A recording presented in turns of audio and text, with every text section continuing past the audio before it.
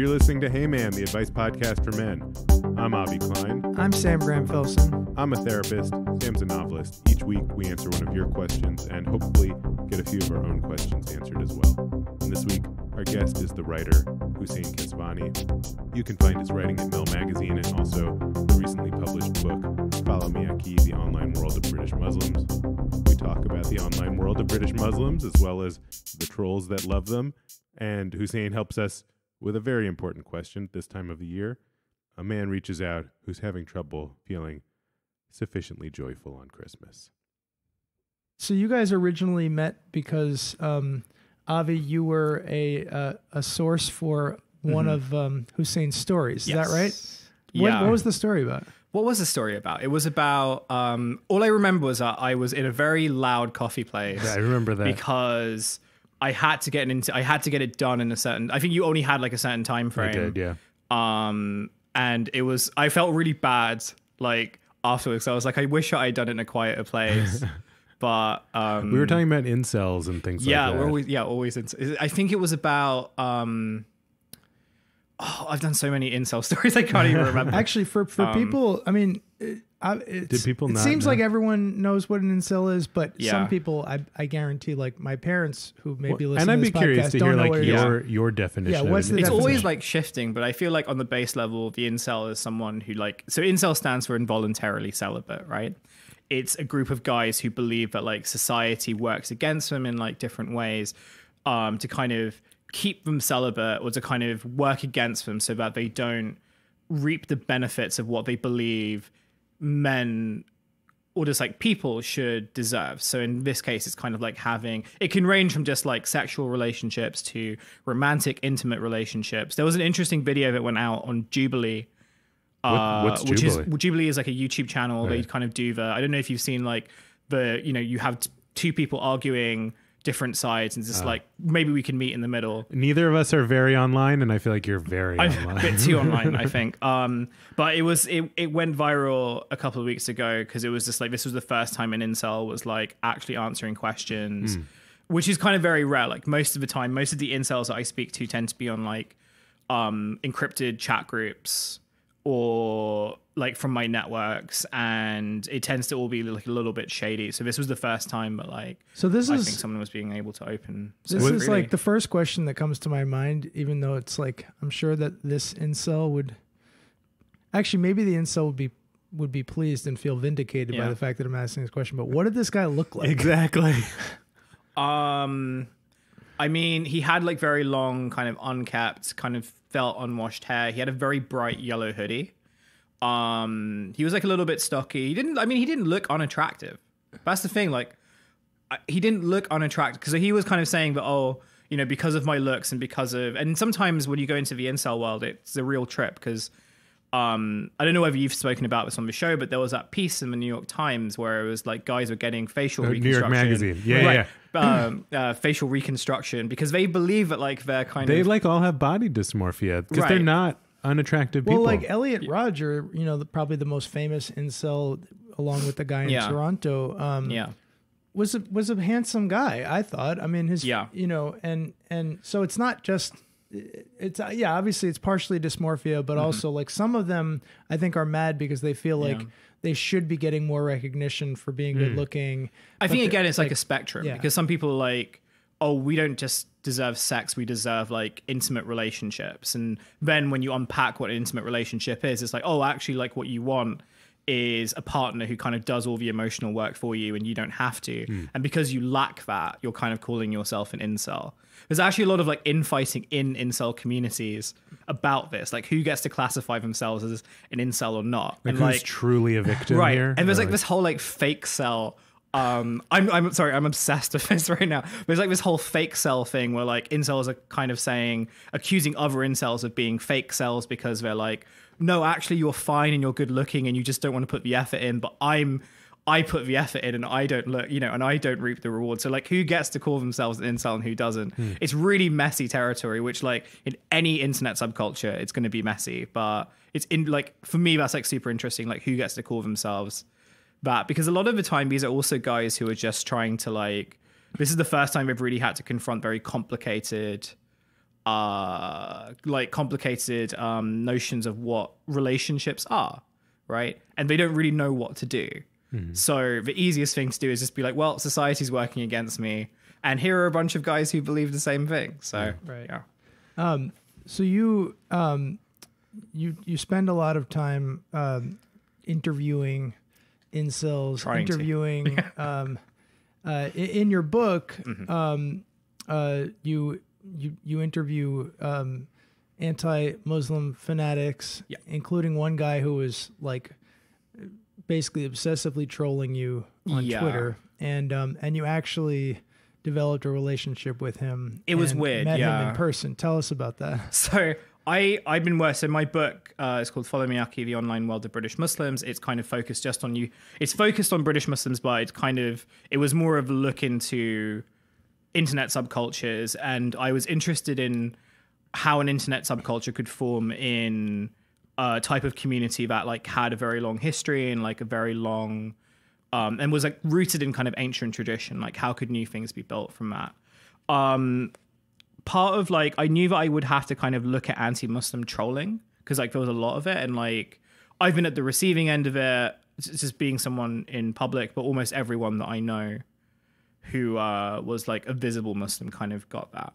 So I knew I had to talk about it. And my initial idea was that I was just going to use like a bunch of data, like open data, to just kind of talk about it as a problem. And I felt that was kind of boring. And I remember like I was in my office just like struggling to kind of figure out what to do. And then all of a sudden in my Twitter DMs, I have this guy who's just like sending me pictures of like pigs, right? Pigs. They're like really weird. It was just like, I've seen a lot of really awful stuff online. So it wasn't really that like, I wasn't shocked by it. I was just like, this is very strange that you keep sending me this image. And like, you've been sending me like these things for the past kind of few weeks and I haven't been responding to you. And like, you still keep sending stuff.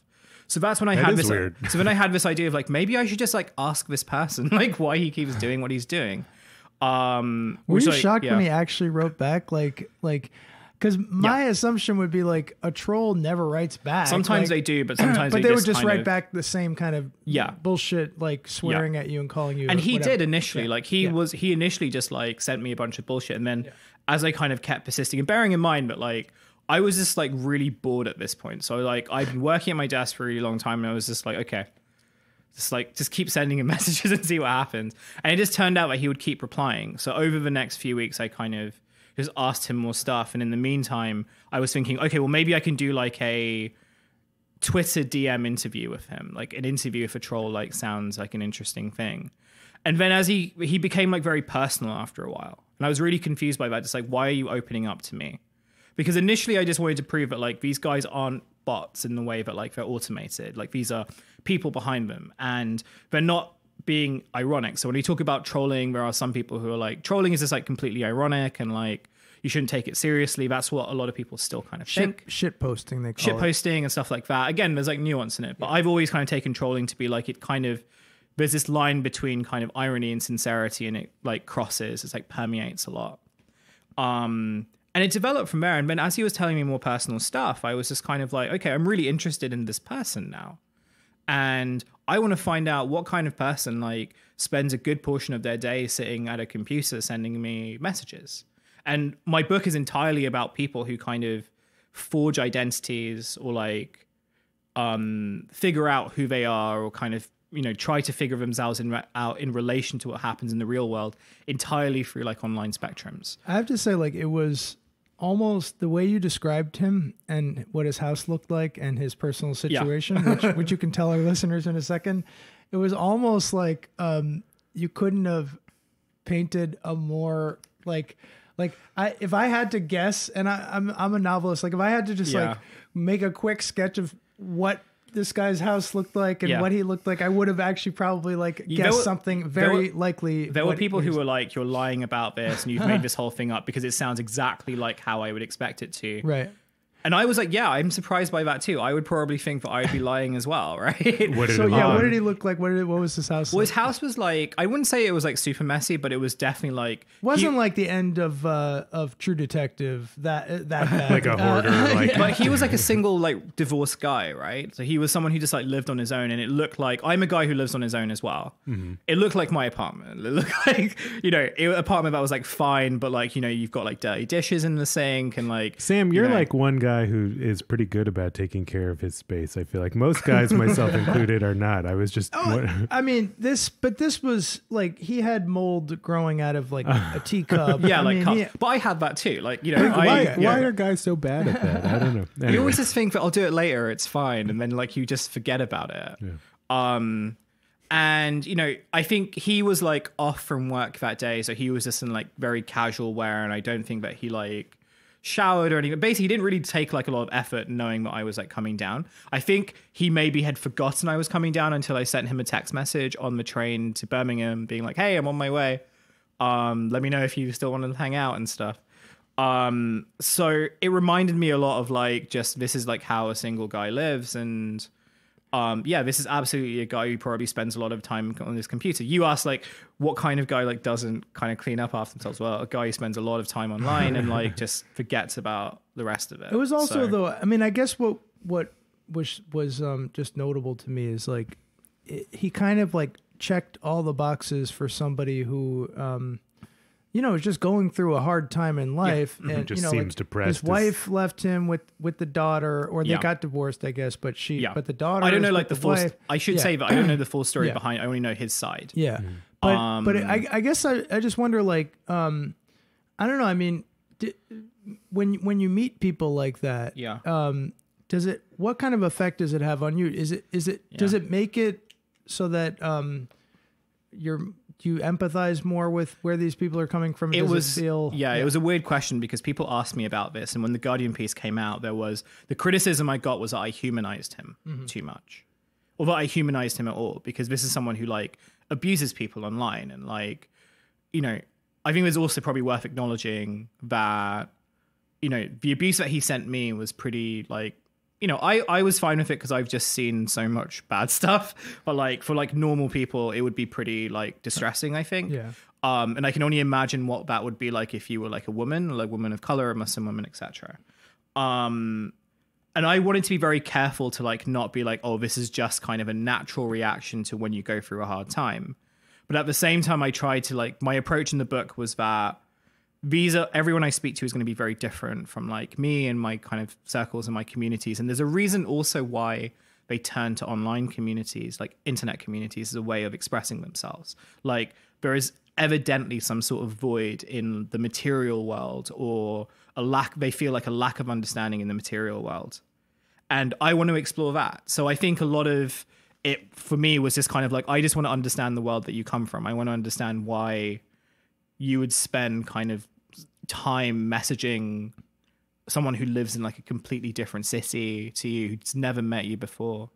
Because in many ways, that's just like a normal internet experience. Like we communicate with people that we've never met before. Like, I've done that with you, right? Sure, so, yeah. I wouldn't like send you like those types of images, right. But on principle, like, we communicate with people to find out information, to kind of find out about the ways in which they live and how they see the world. And I kind of was just I wanted to see whether I could do that with him, I guess. And I mean, when people were accusing you of normalizing, like how did you respond to those critics? Like I didn't. I kind of like, this was more just because like I was really like dreading it coming out, because it was like the first section of my book that was coming out. No one had read it. My parents hadn't read anything that I'd written. They didn't know. My mum was really furious when like she read. Really? And what? Because I said to her I was living at my parents' house at the time. So I said to her, I'm going to Birmingham to do some book research. I'll be back this evening. Around probably like, at this time. And my mum just thought I was just going to the library or something, or just like, meeting some nice people. She didn't realize that I was like going to go meet an internet troll. And this was the first time she found out. I see. And she was just like, you did what? I feel like I didn't actually appreciate how dangerous that could have been. Yeah, so you weren't scared. You weren't scared. No. I think that like I say this to people, which was I can usually get a good grasp of like who's a bit dangerous and who's just like trolling and being and like someone who I can kind of because I've interviewed like difficult people before and I've interviewed aggressive people before. One of my first like newspaper jobs, like I did doorstepping. I don't know like if you know what that is. It's like when you do like, you know, some like a tragedy has happened or someone's died like and the like you're people not in the area. right. And you're like you're not entirely sure like what's behind that door or how people are going to respond to you. And more often than not, those people just don't want to speak to you. And some of them will be aggressive about it. And there's not really much you can do. Like if they like push you, which has like happened to me once, you know, unless it's kind of like really serious, like you're kind of just told, well, okay, like just that's something that you've got to expect. Yeah. And you know, I was like 22 when this like first happened. I could never do a job like that. It's pretty scary. It's pretty scary. So I was just like, okay, I kind of have a grip of what this guy's about. And if he transitioned from just being kind of like sending me these quite offensive posts to all of a sudden telling me about like personal elements of his life, then I don't think he's entirely like dangerous unhinged. I told like a couple of friends where I was going and I'd be like, I'll text you every hour and everything. So I did like my diligence there. Yeah. I also knew kind of like if something did happen, this is the road that you have to run down. These are the places where you could hide. I did like a lot of like security, like my personal security.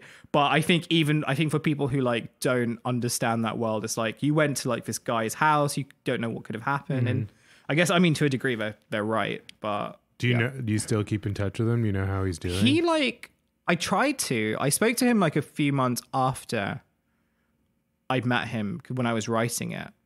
And then I tried to message him. So his account he's had like 4 accounts, all of which have been kind of like deleted by Twitter because of like harassment and stuff. I don't know what his other accounts are. So I was trying to send him this piece and like, I just didn't know what one he had. So I kind of just put this thing online, which was just like, hey, if you're reading this, like message me and like, you know, tell me your stuff. I haven't heard anything back. So yeah. So, okay. So we have a question for you today. This is a Christmas theme. This is a Christmas theme. Yeah. We're in December. As 2 Jews and 1 Muslim. Yeah. We're going to discuss Christmas. Exactly. Great. Exactly. I'm excited.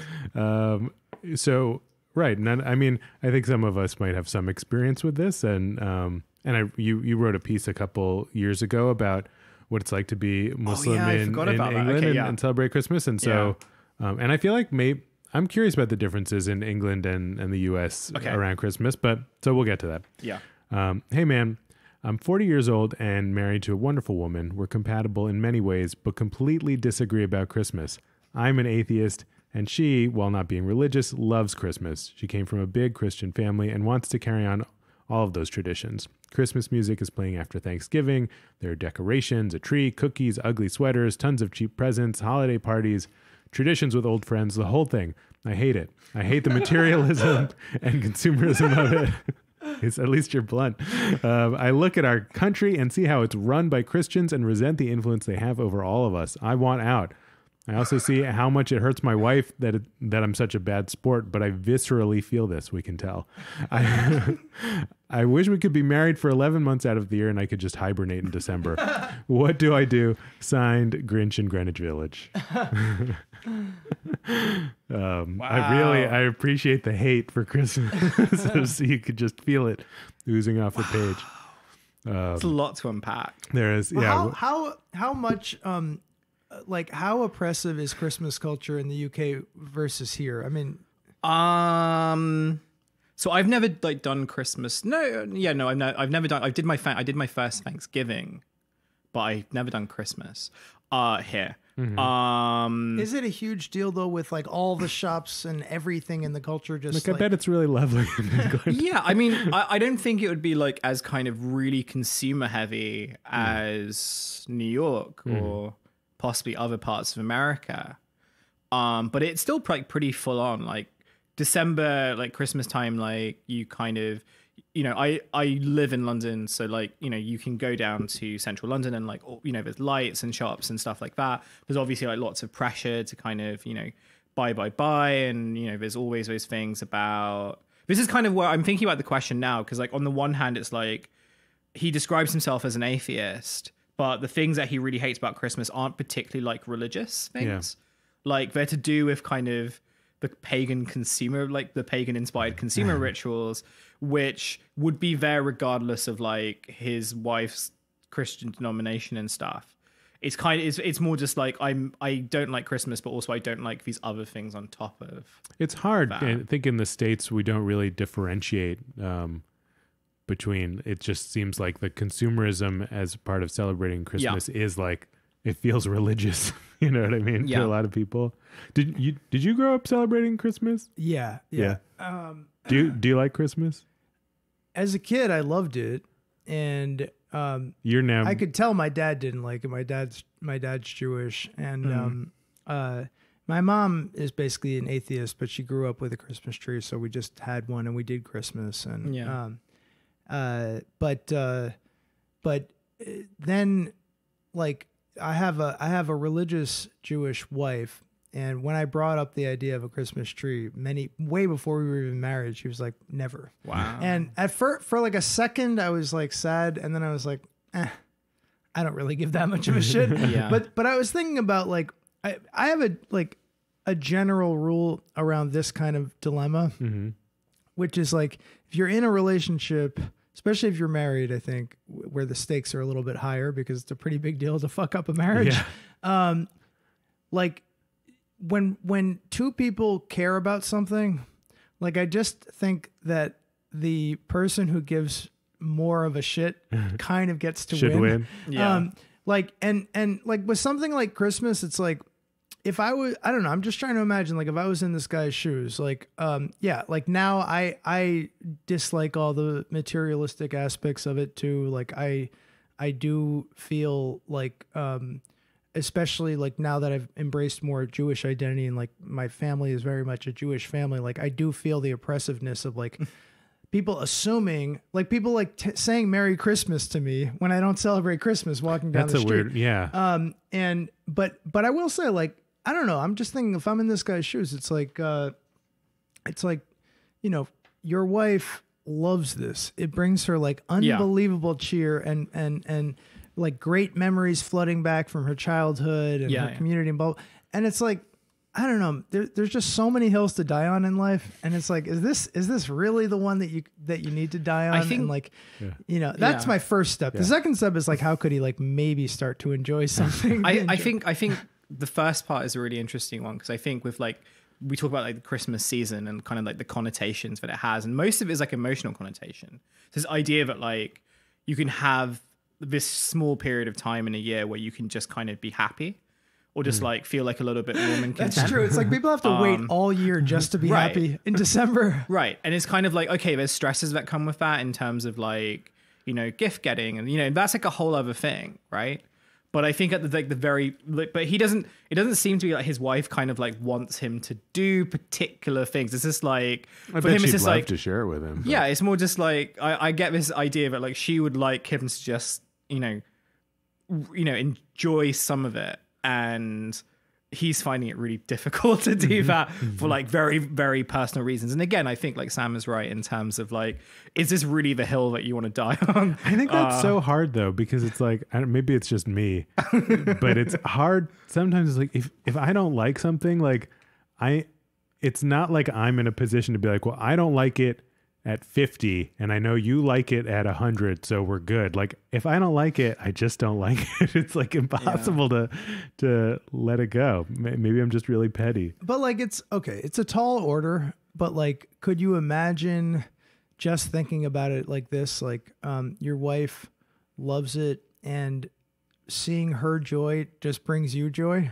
Yeah, that's I mean, I'm acting as though I'm Mother Teresa. That's hard to do. But that, I mean, that would be the ideal, right? If he could just like get into the space of being like, I'm just enjoying the fact that she's enjoying it. I don't have to personally enjoy it. Yeah. I guess like I would like to know more information about like how his wife responds to his kind of like disdain of Christmas. Mm-hmm. Like at what point, because this is about like tolerance, right? I think at the core of it, it's kind of, it seems like he can kind of tolerate enjoying Christmas at a certain level, but he does, again, it's like maybe like he'd be happier at like 25, but she's at 50. Yeah. But like, I wonder if she's kind of tolerating his like disdain, and like is there like a point of compromise where it's like, okay, well, and I don't even know, that's like a really complicated thing because you know, I grew up not celebrating Christmas and coming from like a very religious family, and then very recently my sister, who like isn't a huge Christmas buff, but she was just like, I just want to get a Christmas tree and like have friends over, and family over and stuff. Is that what's the equivalent of kosher? Is that halal? I mean, to some probably not, but I think that like for my sister, because like, you know, Christmas in the UK isn't really like particularly a religious thing. It's just like a holiday, right? Yeah. So I know a lot of Muslims who have like Christmas trees. Oh, okay. Not like they don't kind of spend a lot of money on it, but it's more just like, hey, here's like this cool like thing. We want to fit it. Yeah, like it's just like, here's this cool thing with lights, and like it looks kind of fun. Do they give each other like presents and stuff too? Sometimes I think so. Like recently with my family, because my cousins come over to my family house, so we do like the secret. Do we have like Secret Santa here and stuff? Yeah. We do like, you know, so it's not like big presents, it's not like a big, you know, thing. We have like a larger than usual meal, but it's more just like this is a period of time where like no one's at work, and like I very rarely get to see my family, so it's like a nice kind of, there are like nice things in it, which I you know, I don't know whether that's similar to this guy's issue. I imagine though there must be like I grew up as a Jew in New York, like, we have our own traditions, right? I bet, but it's like not like we went to the movies, we got Chinese food. Like that's what you do on Christmas. Like we were very much like we're not doing Christmas, we're doing like Jewish Christmas. Yeah. And I don't know. I guess so. I was thinking about what you said before, Sam, about like I would honestly, I think in the past. And today, even if someone said Merry Christmas to me, I'd feel weird. Like that is not, I don't want to hear that you know what I mean? Like, and by the way, like I don't know if this is a thing in England, but like Fox News is obsessed with like the war on Christmas and like hates the term Happy Holidays. I think it is like that in the UK, but like to such a kind of small extent, but it's like laughable even to like, people who would like are really kind of like into Christmas. There's like there's like an annual thing of like people getting outraged about like Starbucks cups, but I just feel like that happens everywhere. So because they say Happy Holidays. I was just thinking that actually it might be just like one thing is about like pervasiveness, right? It's the idea that, you know, because I feel weird when people say Merry Christmas to me, but I also feel weird when they kind of expect me to say it back. Yeah, I think that's the part that feels weird. Because it's just like, I don't have like, I'm not offended by it, but it's just like not in my kind of like muscle memory. Yeah, it's like not words that come out of my mouth. Yeah. So like someone said it to me like yesterday when I went out to like the grocers, and I was just like, see you around. I was just like so confused about what to say, and then I felt really bad that like I came across as rude, but it's like, no, this is just like not a part of my life. And maybe if it was, and in this dude's case, like it seems to be like Christmas is a big part of his wife's life. Yeah. So like, if that is ingrained in like your kind of, you know, your actual memories, your attachment to that period is going to be so much deeper. And like, as a partner, I think that like you owe it to your partner to kind of at least try to understand that. Yeah. And at least kind of like respect it.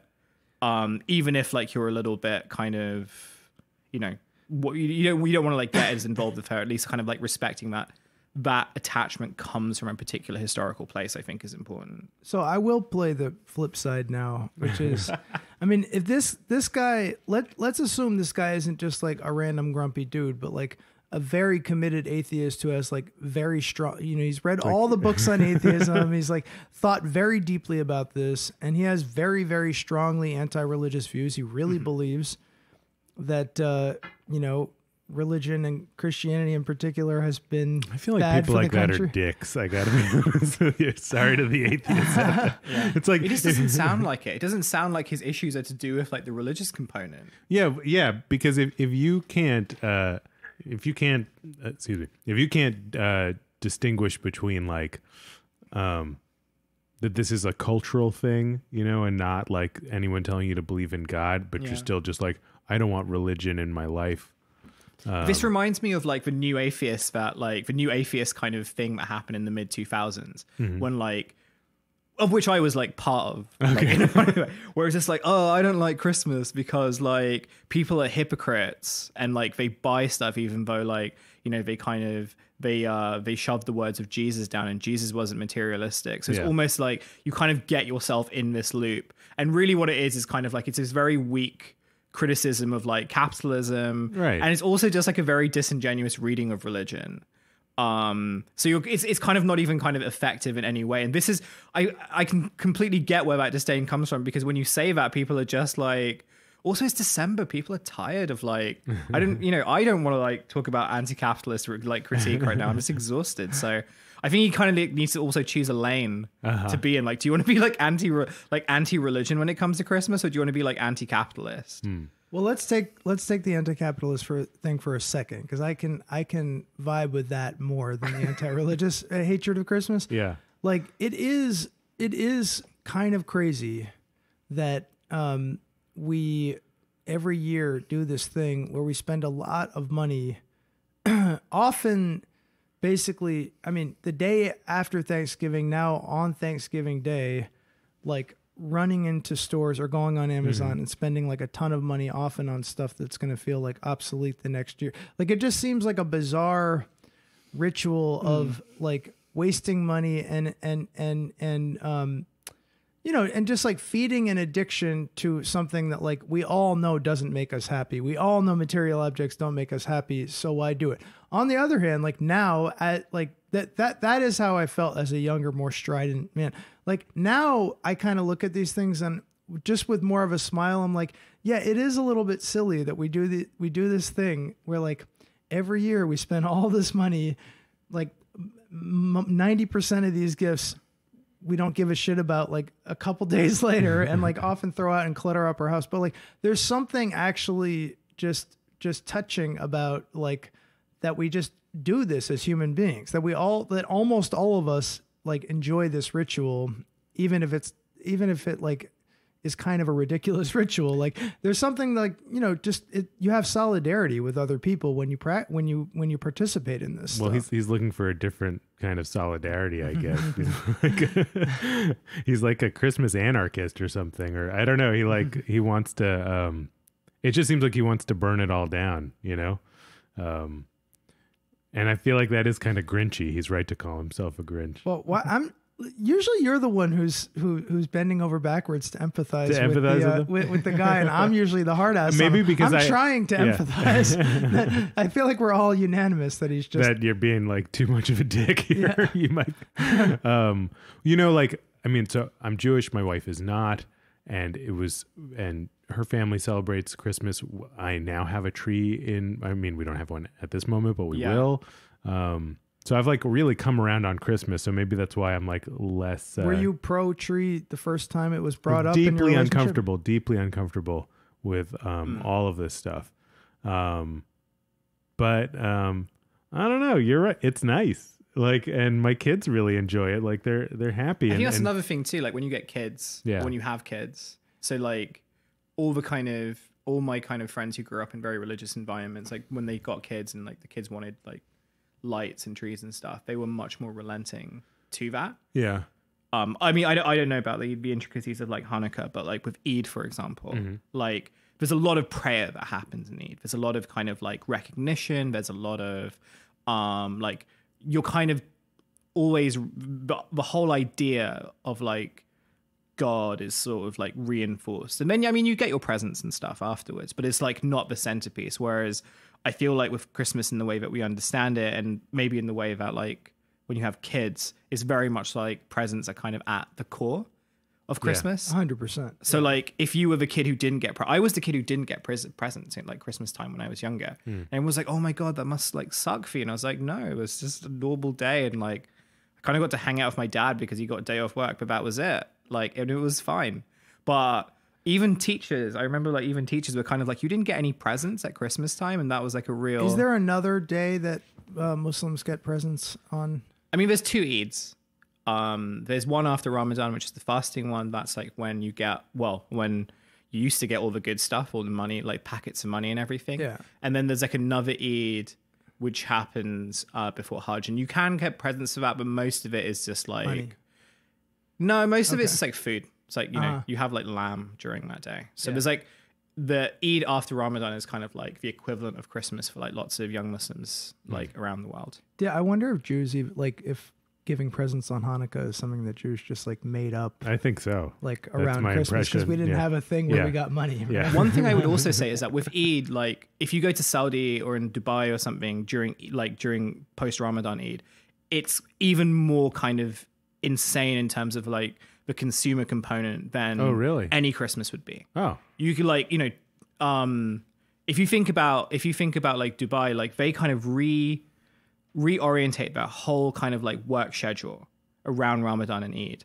So like Ramadan being like the 30 days of fasting. Now in the UK, like I have to like work and do my job during that. And it's like, I'll be honest with you, it's not easy to do. It's like really hard to like maintain a job and everything. But if I lived in Dubai, I could sleep during that time. Wow. All my offices would be closed. I wouldn't have to do anything. I could just like watch movies. Salman Rushdie like has like these anecdotes where like he just used to watch movies during Ramadan. He used to do like tons and tons of them. And then after each fast, when the fast breaks, you have like a whole night where you just like eat really extravagant food and like you go to, you can go to parties and stuff. It's like really like, so you have like basically 30 days of Christmas during that time. So I think there is something to be said about like, even with those types of very traditional, like more traditional, like holidays, like the kind of consumer component can still really seep in and like take it over. Yeah. And I think like with diaspora community, like, diaspora communities always have to like navigate between the two, right? Yeah. So she's like, raising kids in like New York or London or whatever. So the way that we do it, I guess, in the Western world is like very different to like maybe how we do it in like the homelands. I don't know, like what, maybe like Hanukkah and stuff is like different in Israel. I'm not, Well, because they like, I don't know. I don't really know how Hanukkah is. I mean, there's some things that are different, but it's not even that big of a deal of a holiday. Right. So whereas like over here, it's like, it is. It's guessing. Elevated here to compete with Christmas. It's only a big deal because of Christmas. Though. Yeah. It's like probably the 5th or 6th most important Jewish holiday, right? That's super interesting. But yeah, I mean, in general, I've just been thinking more about holidays, like, and maybe this is like the effect of having kids or, just becoming like a nearly 40-year-old old man, of just like the kind of like disdainful attitude I had when I was younger about like, oh, this is like such a sheep mentality. Like that, like everyone like just has to like do this thing because like, the crowd is doing it and like we all have to buy gifts at the same time and this and that. And now I look at that and I'm like, that's actually nice. Like when I was younger, I was like, why can't people just like give each other gifts on a random day? Like if like just be generous, man. Yeah.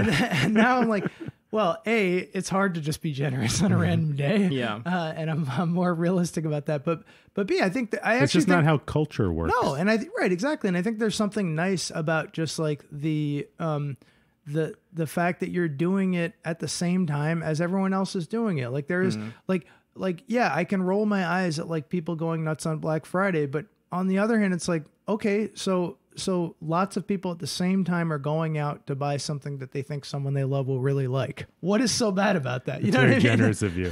Seriously, what is so bad about that?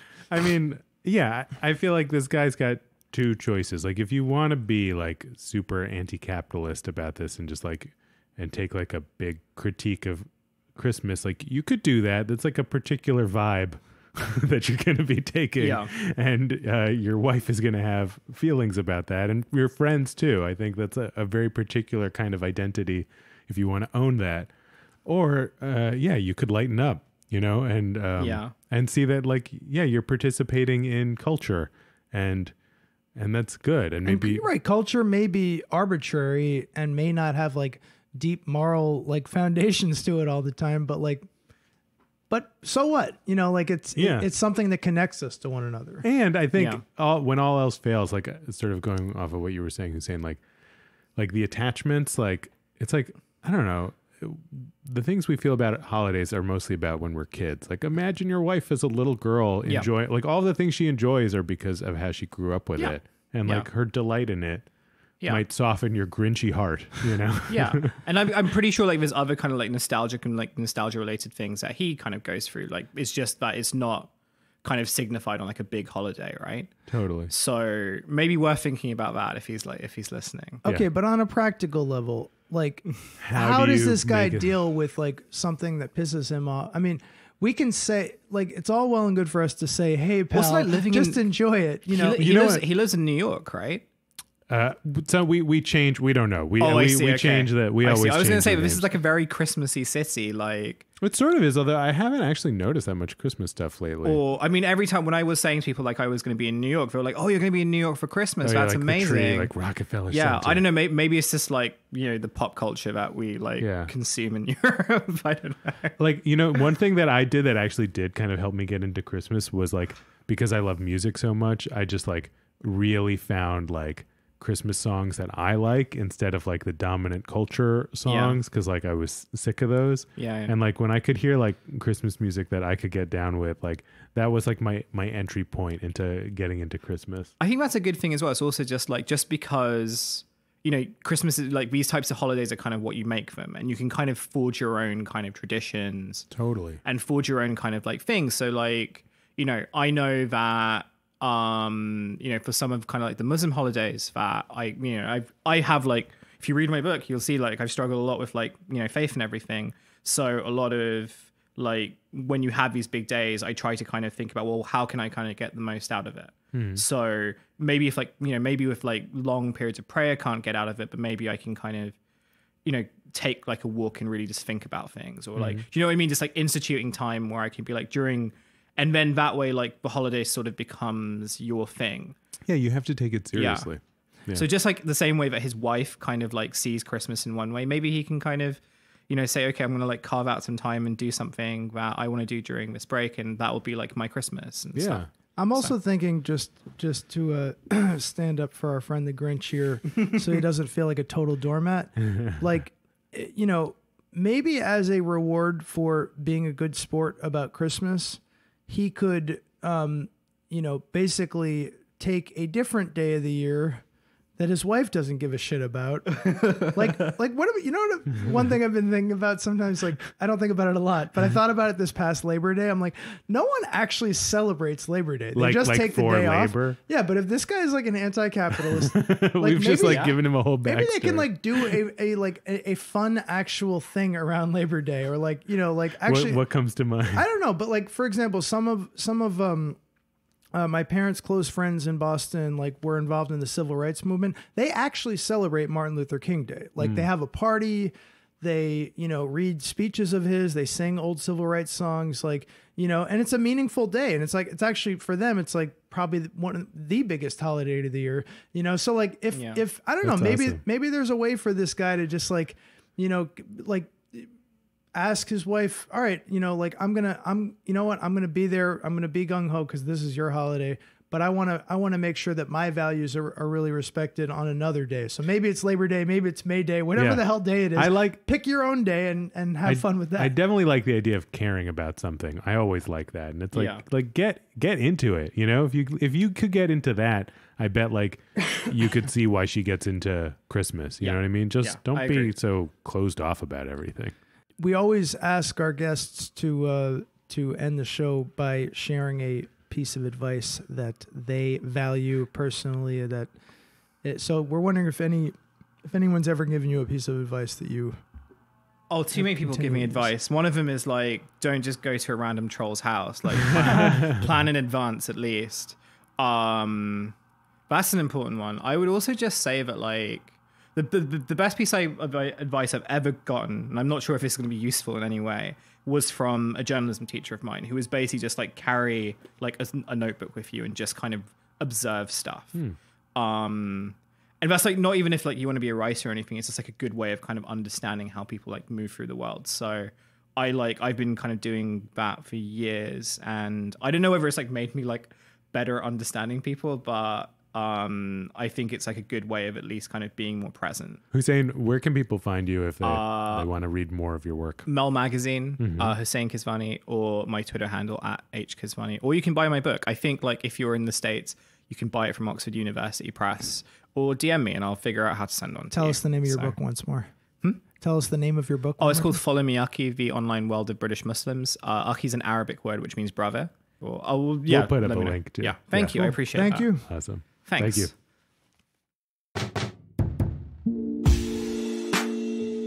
All right, that's it for our show this week. As always, if you have a question that you need some help with, you can email us at heymanpod@gmail.com. Better yet, leave us a voicemail, 917-426-4326. All questions are changed a little bit to be anonymous, but we'd love to put someone's voice on the show. You can follow us on Instagram or Twitter at heymanpod. And if you have a moment, give us a review at Apple Podcasts or wherever else you get your podcasts. And one more thing, when you're over there giving us that review, just click subscribe. Thanks.